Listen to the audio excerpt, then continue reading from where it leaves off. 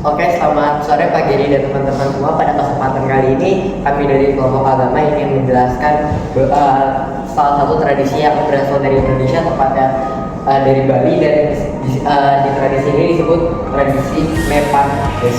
Oke, dan sebelum kita memulai, saya akan memperkenalkan anggota-anggota kami. Ada saya Bridadi.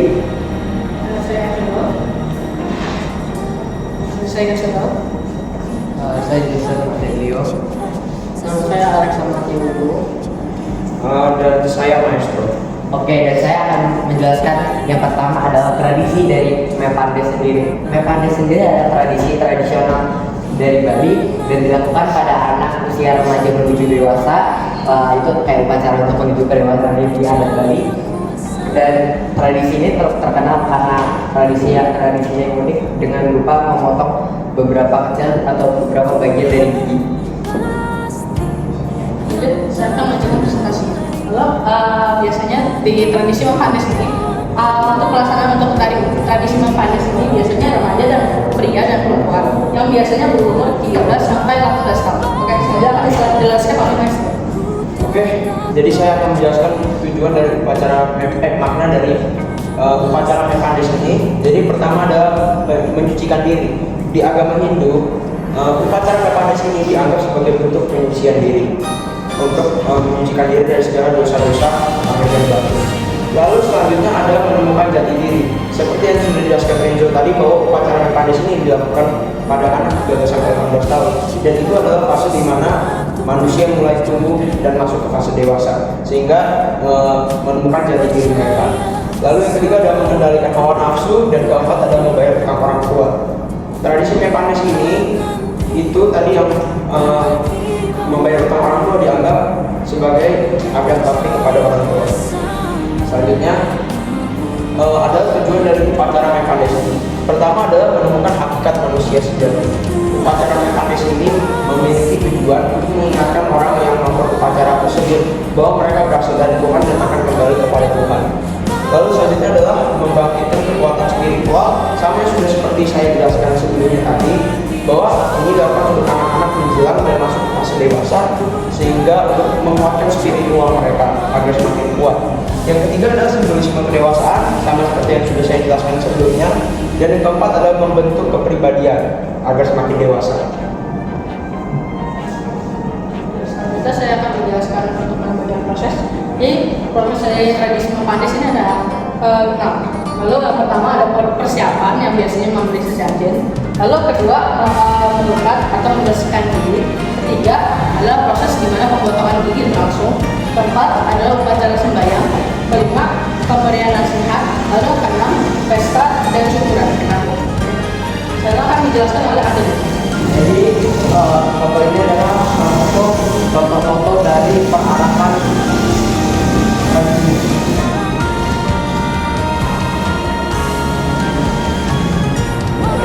dan di sini saya akan melanjutkan yang menjelaskan salah satu sakramen yang berkaitan atau memiliki korelasi dengan tradisi Mepandes ini. Jadi salah satu sakramennya yaitu sakramen Krisma yang sudah kita ketahui sendiri dari pelajaran agama-agama Hindu sebelumnya. Sakramen Krisma itu dilakukan pada anak usia remaja, ya kepada umur 14 atau 15 tahun, yang berarti saat kita udah SMP 2 atau SMP 3. Dan juga sakramen Krisma ini juga dikenal sebagai sakramen penguatan. Adalah sakramen inisiasi yang melengkapi sakramen baptis ke gereja Katolik. Sakramen ini yang secara bahasa Latin disebut konfirmasio, yang berarti penguatan dan bertujuan untuk memperkuat iman seseorang dan semuanya berbicara dengan Kristus dan gereja, serta memberikan kekuatan Roh Kudus untuk hidup dan bertindak sebagai saksi iman agama Katolik. Terima kasih. Dan di sini ada kesamaan sakramen Krisma tadi dengan tradisi Mepandes. Yang pertama adalah menunjukkan kedewasaan. Seperti sakramen tadi kan juga menunjukkan kedewasaan di saat beberapa remaja atau remaja pria dan wanita yang di saat umur 13 sampai 18 tahun melakukan tradisi tersebut untuk menunjukkan kedewasaan mereka. Yang kedua, peralihan remaja menuju dewasa, seperti yang saya sudah jelaskan tadi, bahwa sakramen Krisma dan sakramen Mepandes ini sama-sama menunjukkan kedewasaan dan dilakukan di saat anak-anak berusia remaja yang akan menuju usia dewasa. Yang ketiga, wajib dilakukan wajib dilakukan jika orang-orang yang memiliki adat istiadat Bali, yang mengikuti adat istiadat Bali, pasti semuanya akan melakukan kikir gigi atau mepandis tersebut. Dan jika orang-orang yang beragama Katolik itu sudah sangat wajib untuk mengikuti sakramen Krisma tersebut. Yang keempat, dilakukan pada remaja pria dan perempuan. Ya, dan tradisi sakramen Krisma dan tradisi mepandis sendiri dilakukan oleh remaja dan pria semua gender dan tidak terkecuali, dilakukan pada usia remaja menuju dewasa yang sudah dijelaskan tadi. Ya, sama saja ini menunjukkan dewasa, dan selanjutnya akan dijelaskan oleh teman saya. Sekarang saya akan menjelaskan apa itu sakramen Ekaristi, dan yang salah satu sakramen yang berkaitan dengan tradisi Pancasila. Sakramen Ekaristi adalah perayaan suku umat Katolik atas penyelamatan melalui dalam perayaan ini umat beriman menerima tubuh dan darah Kristus yang disebut komunitas. Saya akan menjelaskan sama tradisi dan sakramen Ekaristi. Nomor satu adalah pertemuan pernikahan dini, dan nomor dua dirayakan di sebuah komunitas.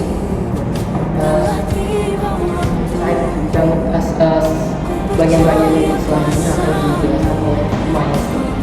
Oke, tadi Alexa sudah menjelaskan nomor 1 dan 2. Oke, jadi yang nomor 3 adalah mempererat hubungan manusia dengan Tuhan. Sama seperti Ekaristi di agama Katolik adalah digambarkan sebagai puncak hubungan kedekatan manusia dengan Tuhan. Sama seperti upacara Mepandis yang bertujuan untuk mendekatkan diri dengan Tuhan. Lalu yang nomor 4 adalah acara dipimpin oleh tokoh agama. Ekaristi dipimpin oleh imam. Dan juga ini upacara Mepandis ini dipimpin oleh seorang pemuka agama, yaitu yang dalam agama Hindu disebut pandita. Lalu yang nomor 5 adalah simbol taat akan agama.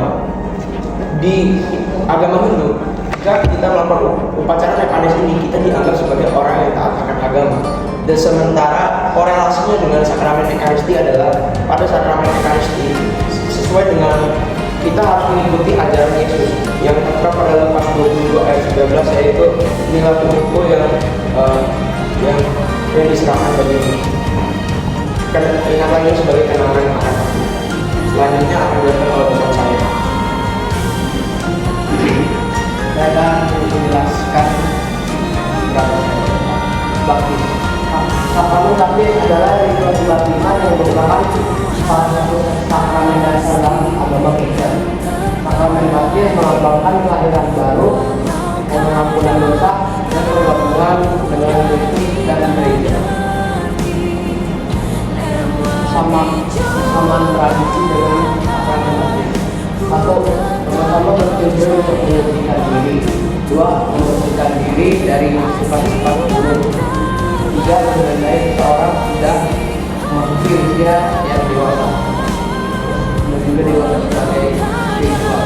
4. Ada persiapan hidup. Dan kelima, simbol untuk hidup baik. Bisa akan saya lakukan. Jadi kami memiliki di kelompoknya dan namanya refleksi.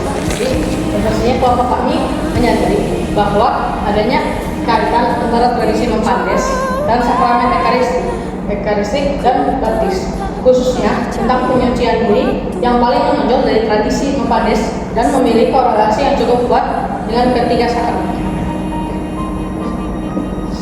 Oke, terima kasih teman-teman semua dan Pak Giri yang sudah mendengarkan.